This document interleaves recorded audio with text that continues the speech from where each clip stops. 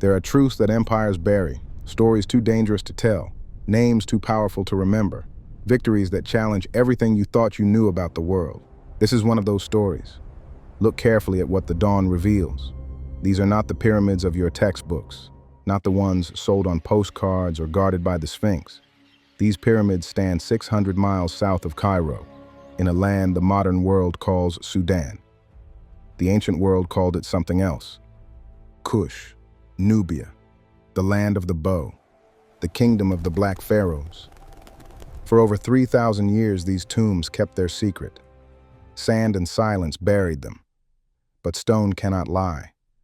And the stones speak a truth that shakes the foundations of history itself. Egypt, the civilization we're told defined greatness, that built wonders, that ruled for millennia. Egypt fell. Its gods were forgotten, its temples crumbled, its kingdom shattered into warring pieces. But Egypt did not die, because when Egypt fell, Nubia caught her. In the 8th century before Christ, when Egypt had fractured into chaos, when warlords fought over her bones and priests sold her sacred truths for silver, black kings from the south marched north with armies and prayers. They did not come to conquer, they came to heal. For 3 generations, the 25th dynasty, the Nubian dynasty, the dynasty of the black pharaohs, ruled Egypt at her restored glory. They rebuilt what had fallen. They restored what had been forgotten. They remembered what Egypt herself had lost. And then, like all inconvenient truths, they were erased. When European explorers found these pyramids in the 1800s, they could not accept what they saw. Black kings who ruled Egypt? Impossible. African pharaohs who saved civilization? It must be a mistake. Foreign influence, wandering Egyptians, anything but the truth carved in stone before their eyes. And so the story was buried again. Not with sand this time, with lies. But lies cannot change stone, cannot alter bone, cannot rewrite what the Nile herself remembers. This is the story of how Africa saved Egypt, how the South restored the North, how black kings wearing the double crown rebuilt the greatest civilization on earth, not with iron and conquest, but with faith, with memory, with the sacred bond of the river that connects us all. This is the story they didn't want you to know. The story of the black pharaohs. The Nile has 2 sources, one of water and one of blood. Both flow from the south. To understand how Nubia saved Egypt, you must first understand how Egypt fell. Not in a day, not in a battle.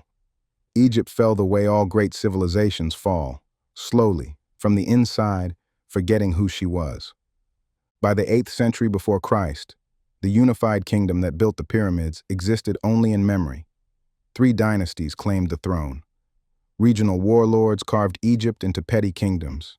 The Delta, Middle Egypt, Upper Egypt, each ruled by men who called themselves Pharaoh but controlled little more than their own cities. The priests fought the generals fought each other. The old rituals were forgotten. The temples, once centers of learning and power, stood empty and silent. Ma'at, the sacred order, the divine balance that held Egypt together for thousands of years, had been broken. And when Ma'at breaks, everything falls. Imagine being an Egyptian in those days. Your grandparents' told stories of Egypt's glory, of pharaohs who ruled from the Mediterranean to the cataracts, of temples that shone with gold, of gods who walked among men. But all you see is decay, ruin, weakness. The gods, you think, have abandoned Egypt. But the gods had not abandoned Egypt. They had simply moved south. 600 miles south of Thebes, beyond the cataracts where the Nile runs wild, another kingdom thrived. Napata, capital of Kush, what the Greeks called Nubia, what the Bible calls Ethiopia, what Egypt herself once called Tasseti, the land of the bow. Here's what they don't teach you in schools. Nubia and Egypt were never truly separate. For thousands of years they were siblings, sometimes allies, sometimes rivals, but always connected by the river, by trade, by blood, by gods. Egypt gave Nubia her writing, her gods, her vision of the sacred. But Nubia gave Egypt gold, gave her soldiers, gave her the granite for her greatest monuments. The stones of the pyramids at Giza came from Nubian quarries. The gold in Tutankhamun's tomb came from Nubian mines. They were two lands, yes, but one Nile. And when Egypt's new kingdom pharaohs, Thutmose, Amenhotep, Ramesses, conquered Nubia, they did not destroy her culture. They merged with it. Nubian princes were educated in Egyptian courts. Egyptian princesses married Nubian kings. The gods flowed both ways across the border. So when Egypt began to crumble in the centuries after Ramesses the Great, when the new kingdom collapsed into the Third Intermediate Period, Nubia watched and remembered. While Egyptian priests argued over theology, Nubian priests kept the old ways alive. While Egyptian temples fell into disrepair, Nubian temples remained pristine. While Egypt forgot how to be Egypt, Nubia remembered for her. At Napata, beneath the sacred mountain of Jebel Barkal, a natural pillar of stone that looks like a cobra rising from the desert, the Kushite kings built a temple to Amun. Not just any temple. A perfect replica of the great temple at Karnak in Thebes. Because they believed something the Egyptians had forgotten. That Amun, the king of gods, had not one home, but two. Thebes in the north, Napata in the south. Two temples, two kingdoms, one god. In the mid-8th century, a Nubian king named Alara sits in his throne room at Napata, surrounded by priests and generals studying maps of the Nile Valley. His hair is white with age, but his eyes burn with vision. Egypt gave us everything, he tells his court. Our gods, our writing, our understanding of the sacred. Now Egypt is broken. Who will heal her, if not her children? His generals are cautious. Egypt, even divided, is still Egypt, ancient, powerful, proud. The North has always seen the South as subjects, as barbarians, as lesser. But Alara shakes his head. We will not march as conquerors. We will march as physicians. We will restore Ma'at. We will remind Egypt of who she is. It is a dream that will take 3 generations to fulfill. A dream that will require not just military might, but spiritual authority. A dream that will change the ancient world. Alara dies before he can see it realized, but he passes his vision to his son, Kashta, the Kushite, who begins the patient, careful work of winning Egyptian hearts. And Kashta knows that in Egypt, the way to hearts is through the gods. While Egyptian warlords fight over territory with swords, Kashta sends something more powerful north, his daughter. Her name is Amenirtis. She is 19 years old, educated in both Nubian and Egyptian traditions, fluent in hieroglyphics, trained in ritual and theology. She is beautiful, intelligent, and utterly devoted to Amun. She travels north to Thebes with a royal procession, priests, gifts, offerings, and presents herself to the aging divine adoratress of Amun, the high priestess Shepenwepet. In Egypt, the divine adoratress is no mere priestess.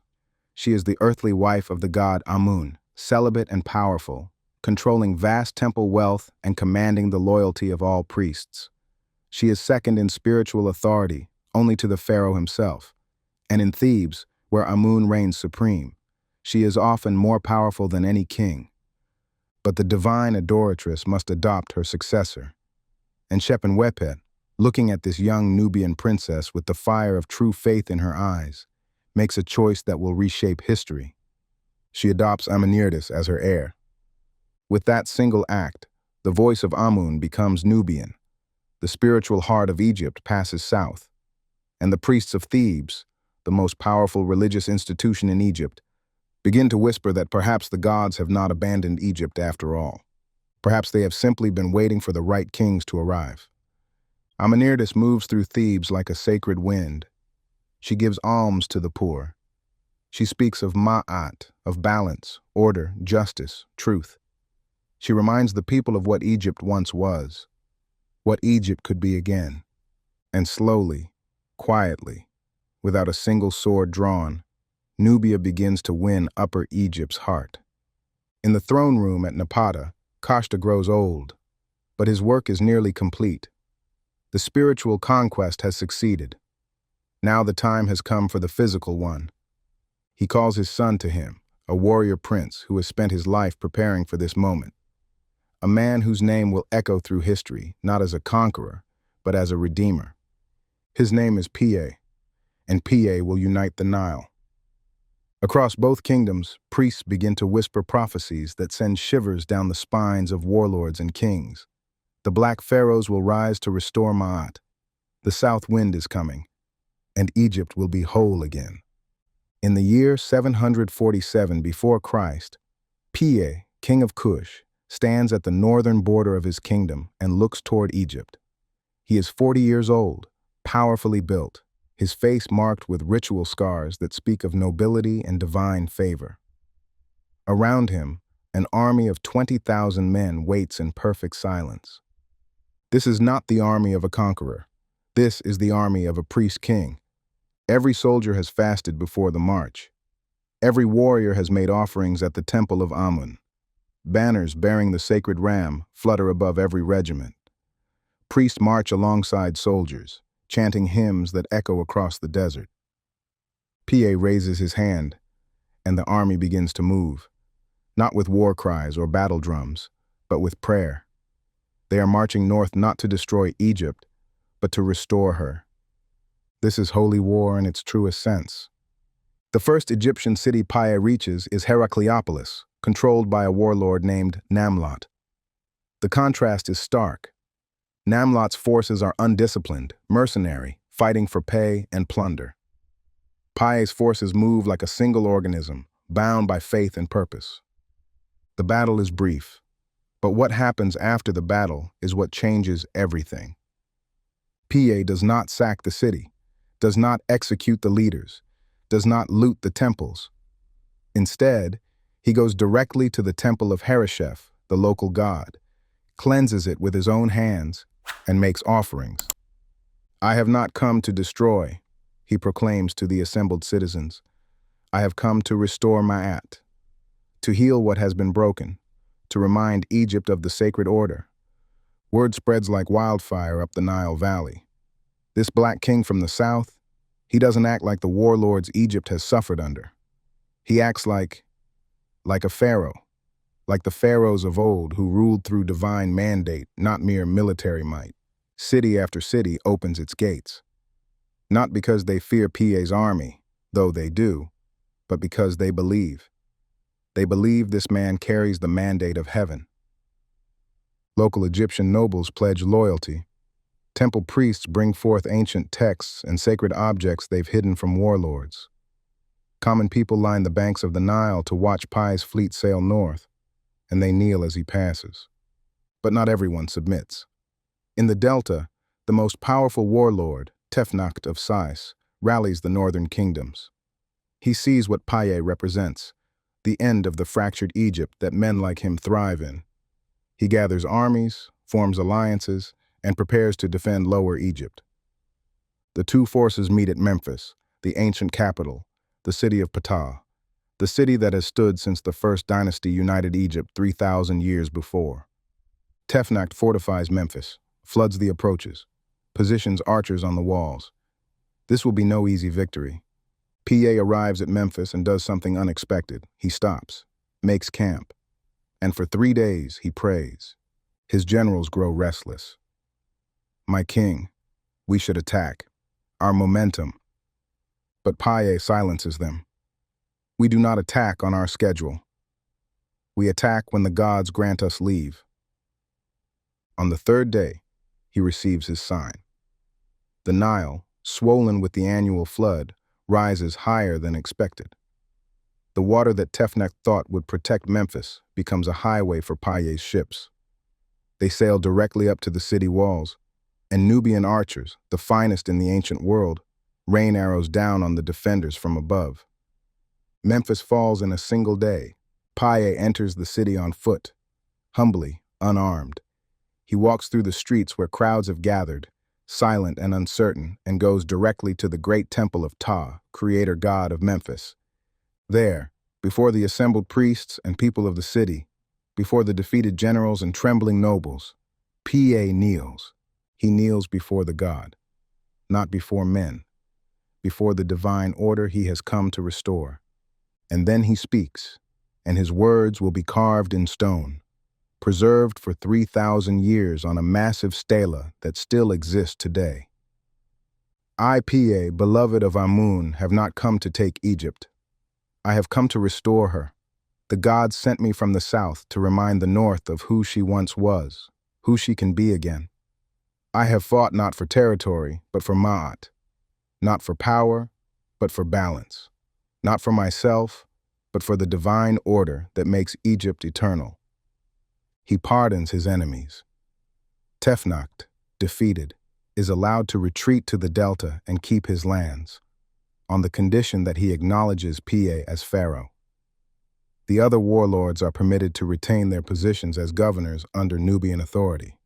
Piye rebuilds the temples they've neglected, restores the irrigation channels they've ignored, feeds the hungry they've forgotten. And when the high priests of Memphis bring forth the double crown, the white crown of Upper Egypt and the red crown of Lower Egypt, united for the first time in generations, Piye accepts it with tears streaming down his face. A Nubian king is crowned Pharaoh of Egypt. A black man from the south wears the crown of the two lands. The 25th dynasty has begun. But here is where Piye reveals the true nature of his kingship. After uniting Egypt, after achieving what seemed impossible, after being crowned as Pharaoh in Memphis, he goes home. He appoints governors to rule in his name. He leaves his sister Amenirtis as divine adoratress to maintain spiritual authority in Thebes. He ensures the temples are funded, the bureaucracy restored, the country stable. And then he returns to Napata. His generals are stunned. My king, you have conquered Egypt. Why not rule from Memphis, from Thebes? Why return to Napata? Piye looks at them with the patience of a teacher explaining the obvious to a child. I have not conquered Egypt. I have healed her, and a physician does not move into his patient's house. Egypt has her own governors, her own priests, her own traditions. I have restored Ma'at. Now Ma'at will maintain itself. He returns to Napata and lives out his remaining years beneath the sacred mountain of Jebel Barkal. When he dies, he is buried at El Kuru, in a pyramid he built himself, a perfect miniature of the Old Kingdom style, because Piye always understood that he was not creating something new, but restoring something ancient. His victory stela, a massive stone monument covered in hieroglyphics, is erected in the temple of Amun at Jebel Barkal. Every line emphasizes not his military prowess, but his piety, not his conquests, but his devotion to the gods, not his power, but his humility. Because Piye understood what so many conquerors never learn. Power taken by force must be maintained by force, but power granted by divine mandate, power earned through faith and righteousness, power that restores rather than destroys, that power endures. Egypt is whole again. The two lands are united under one crown. Ma'at has been restored, and the Golden Age has only just begun. Unity is harder to maintain than to achieve. Piye has united Egypt, but uniting is not the same as ruling. The old warlords still command their territories. The priests of different gods still compete for influence. The people of the Delta, who have never known Nubian rule, whisper their resentments. And in the palace at Napata, in the courts of Thebes, in the temple complexes that hold the real power in Egypt, the question echoes. Can the South truly rule the North? Can Nubia hold what Piye has won? When Piye dies, the crown passes to his brother Shabaka, and Shabaka faces a reality that Piye's moral authority could temporarily overcome, but not permanently resolve. Egypt does not fully accept Nubian rule. Shabaka is different from his brother. Where Piye was a warrior priest, Shabaka is a politician. Where Piye could inspire through faith, Shabaka must govern through strategy. The first crisis comes from where Piye left unfinished business, the Delta. Tefnacht's son, Bakan raises the banner of rebellion. He declares himself Pharaoh of Lower Egypt, rejecting Nubian authority, calling the 25th dynasty illegitimate foreign rulers. Shabaka marches north with the full power of Nubia and Upper Egypt behind him. This time, there is no mercy. Bakan is captured, and according to later accounts, executed, burned alive as a traitor to Ma'at. It is a brutal act, but it is a necessary one. Shabaka is sending a message. Nubian rule is not optional. The two lands will remain united, by faith if possible, by force if necessary. But Shabaka is also wise. He knows that Egypt cannot be ruled from Napata, hundreds of miles to the south. To truly govern Egypt, one must live in Egypt, must be present in the courts and temples, must be seen by the people as Pharaoh, not as a distant southern king. So Shabaka does what Piye would not. He moves to Memphis. He establishes the royal court in the ancient capital. He surrounds himself with Egyptian advisors, Egyptian priests, Egyptian traditions. He becomes, in every visible way, an Egyptian pharaoh. But he never forgets he is Nubian. In art and statuary, Shabaka and his court are depicted with unmistakably African features. On temple walls, the royal family is shown with the full lips, broad noses, and tightly curled hair of Kushites. There is no attempt to hide their heritage. Instead, it is celebrated, proclaimed, carved in stone for eternity. Because Shabaka understands something profound. He rules Egypt not despite being Nubian, but because he is Nubian. The legitimacy of the 25th dynasty comes from their connection to Ma'at, their devotion to the old ways, their role as restorers of what Egypt forgot. Under Shabaka, Egypt experiences a renaissance, not of new ideas, but of old ones. Shabaka orders scholars to search the temples and tombs for ancient religious texts, scrolls and carvings from the Old and Middle Kingdoms, texts that haven't been read in centuries. He has them copied, studied, reinterpreted. The Shabaka stone, a massive slab of basalt inscribed with creation mythology, becomes one of the most important religious documents in Egyptian history. It preserves ancient Memphite theology that might otherwise have been lost forever. Why does Shabaka care so much about old texts? Because he is making an argument through archaeology. He is proving that the Nubian dynasty is not foreign occupation, but restoration. That the 25th dynasty stands in direct continuity with the great dynasties of Egypt's past. The message is clear. We have not conquered Egypt. We have saved her from forgetting herself. Shabaka rebuilds temples, restores rituals, funds priesthoods, commissions artwork in the classical Egyptian style, but always with African faces wearing the crowns. For 12 years he rules Egypt in relative peace, but Shabaka is aging, and the weight of kingship, the constant balancing act between Nubian identity and Egyptian tradition, takes its toll. When he dies, the crown passes to his nephew, Shabitku. And Shabitku faces a crisis that neither Piye nor Shabaka had to confront. The rest of the world has noticed that Egypt is powerful again. To the east, beyond the Sinai Peninsula, beyond the Levant, a dark storm is gathering. An empire of iron and terror is on the march, conquering everything in its path, leaving only ash and bones behind. The Assyrian Empire, and they want Egypt. Shabitku's reign is short, dominated by the growing Assyrian threat. He fortifies the eastern border. He sends Egyptian gold to fund rebellions in Syria and Palestine, trying to create buffer zones between Egypt and Assyria. He strengthens alliances with the Kingdom of Judah, with Tyre, with any kingdom willing to resist Assyrian expansion.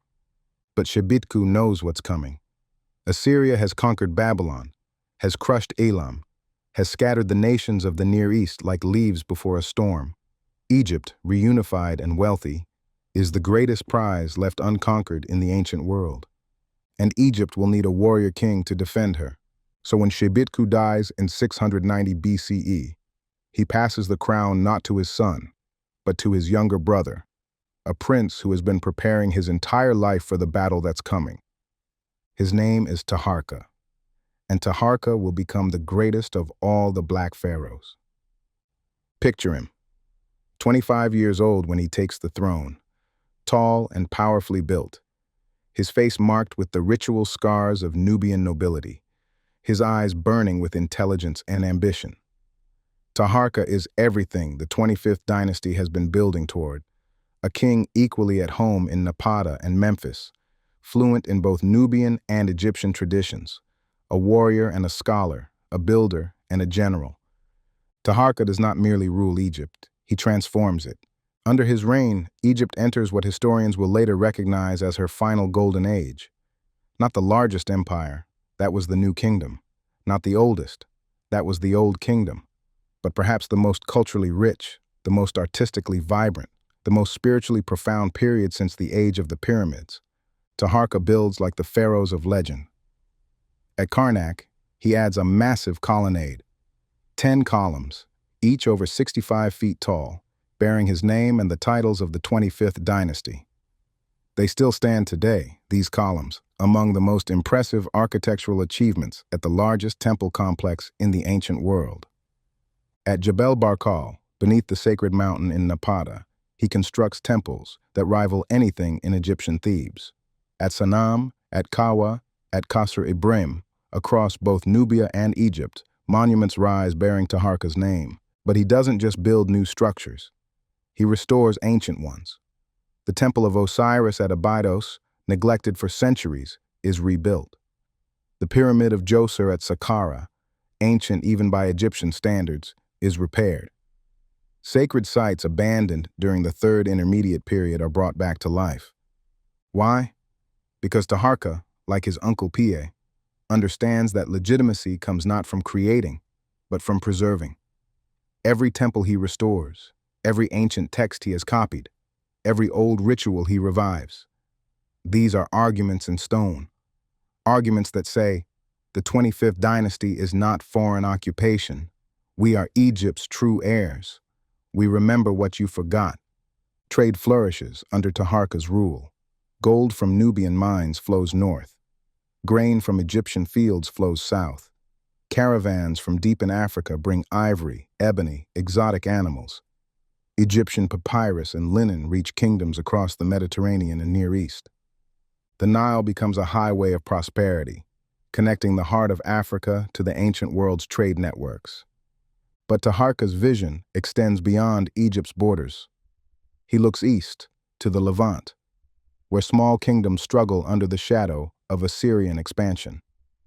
And he makes a decision that will define his reign. Egypt will not hide behind her borders. Egypt will stand as a bulwark against empire. When the kingdom of Judah, with its capital at Jerusalem, faces invasion by the Assyrian king Sennacherib in 701 BCE, Taharqa marches to their aid. Think about this moment. An African king ruling Egypt, defending Jerusalem. The Bible records it in the second book of Kings and in the book of Isaiah, Taharqa, king of Ethiopia, marching against Assyria. The ancient world is interconnected in ways modern history often forgets.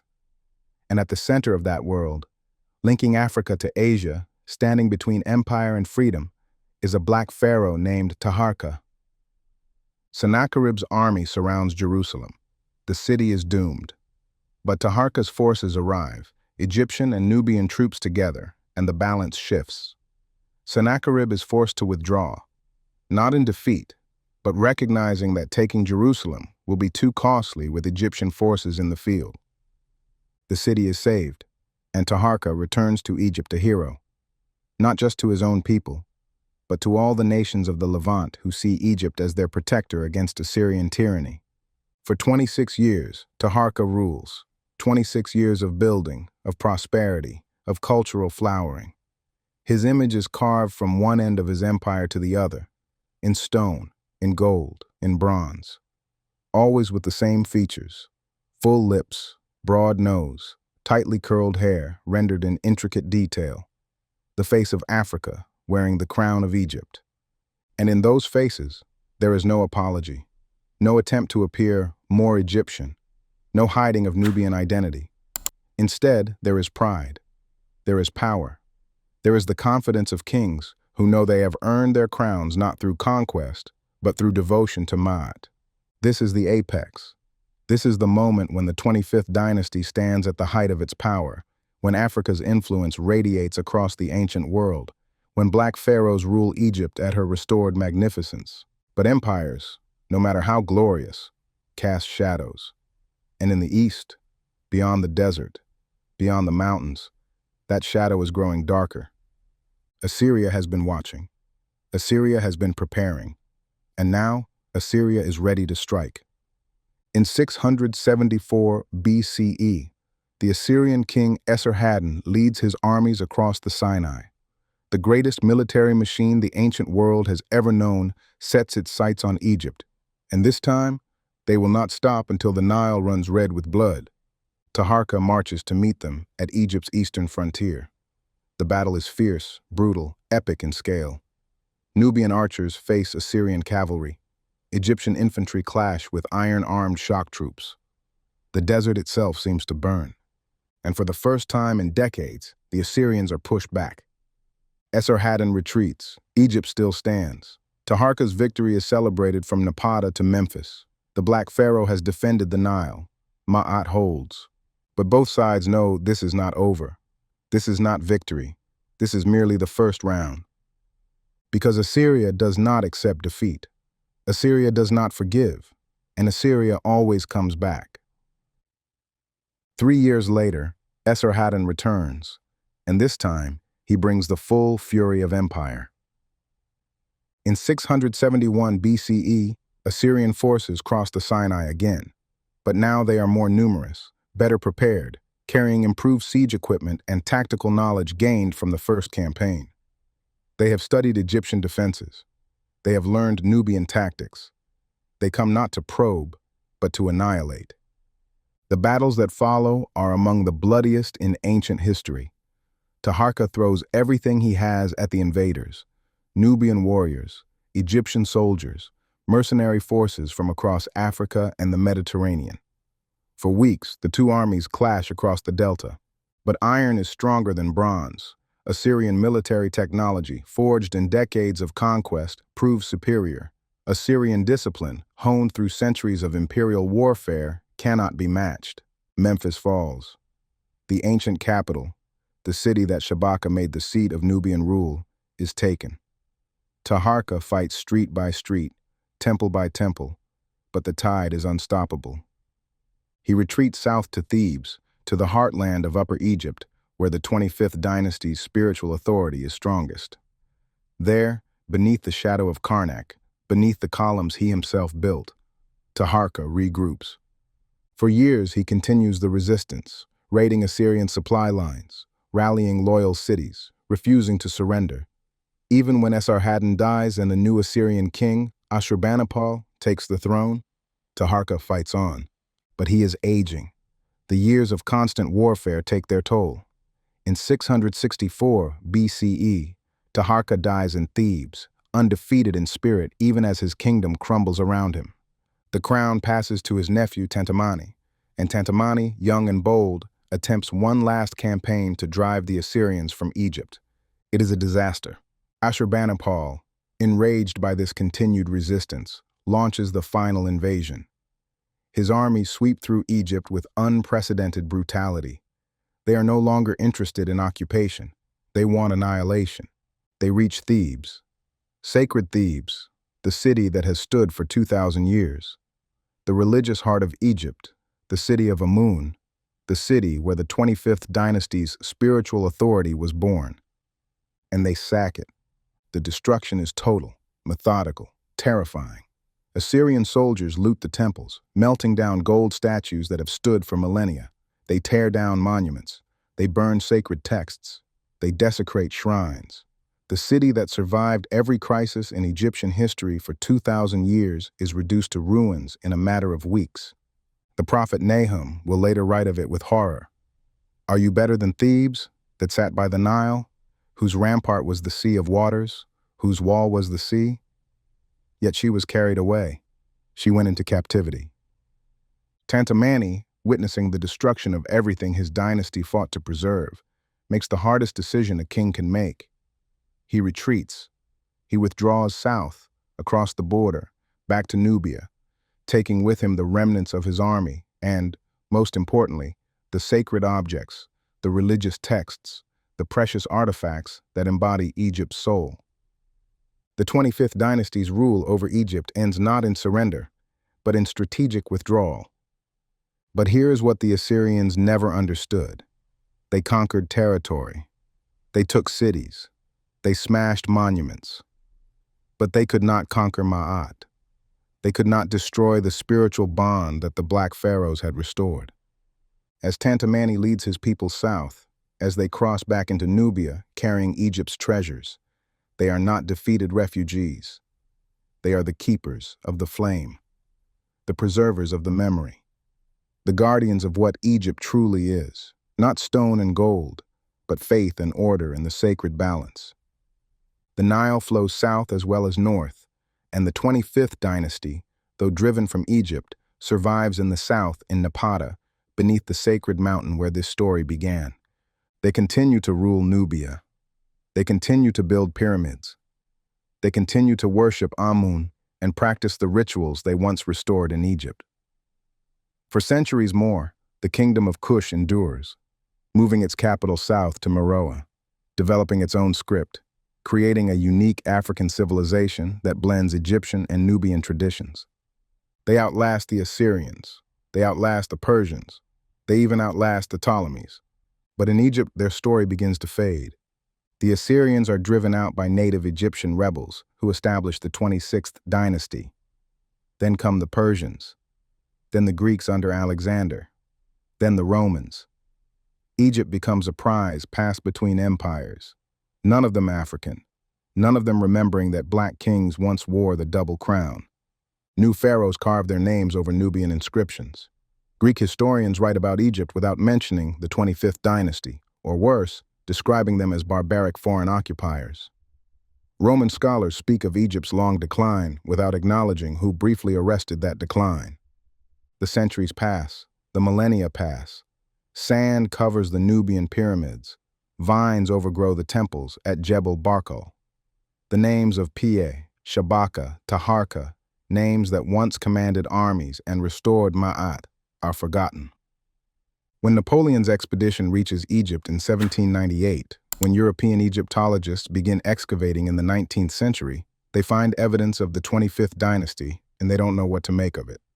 Black kings ruling Egypt, it contradicts everything their racial theories tell them about civilization, about Africa, about history itself, so they minimize it, they explain it away. They call the 25th dynasty a period of foreign domination, of decline, despite the archaeological evidence of building projects, artistic renaissance, administrative efficiency. For centuries, the desert kept its secret. The wind whispered through broken columns. The Nile flowed past silent stones. And beneath the shifting sands of northern Sudan, the tombs of black kings slept undisturbed, watching, waiting, remembering. But truth, like the Nile, cannot be buried forever.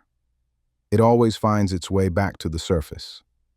In 1820, a caravan of explorers and treasure hunters crossed into Nubia, searching for forgotten ruins.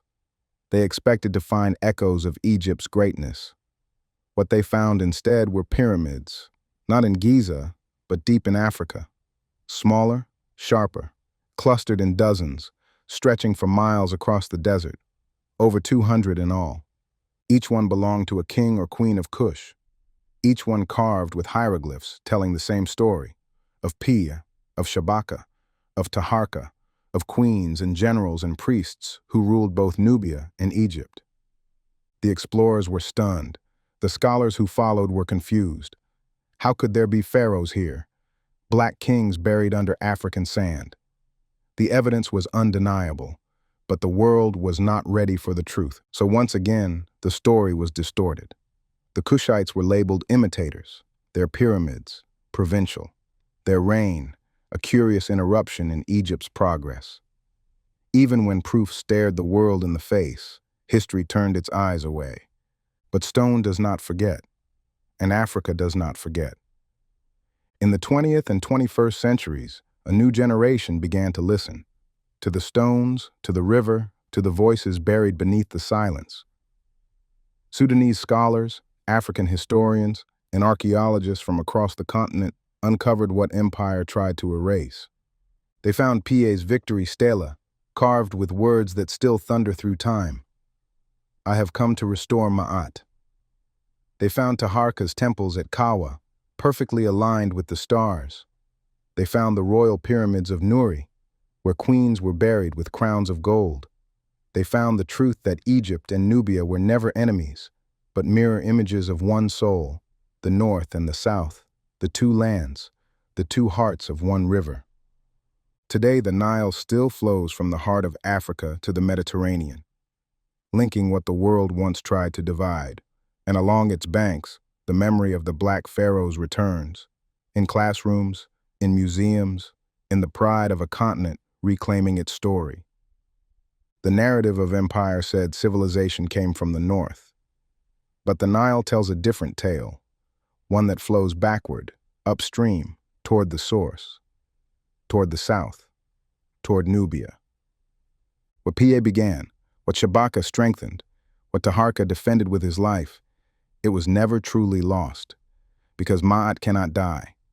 Truth can be buried, but it cannot decay. Rivers dry, empires crumble, names fade, but balance, justice, and memory always find their way home. When we speak of Egypt's greatness, we must also speak of Nubia's faith. When we honor the pyramids at Giza, we must honor the pyramids at Nuri. When we teach the story of pharaohs, we must teach that some of them were black, and that their skin was not a footnote. It was a foundation. The 25th dynasty was not the end of Egypt's greatness. It was the last time Africa ruled herself in full unity and divine order. The last sunrise before the long night of empire. But night is never forever. The river remembers. And now, so do we. Empires fall, stones crumble, but the Nile remembers, because the truth, like water, always finds its way home.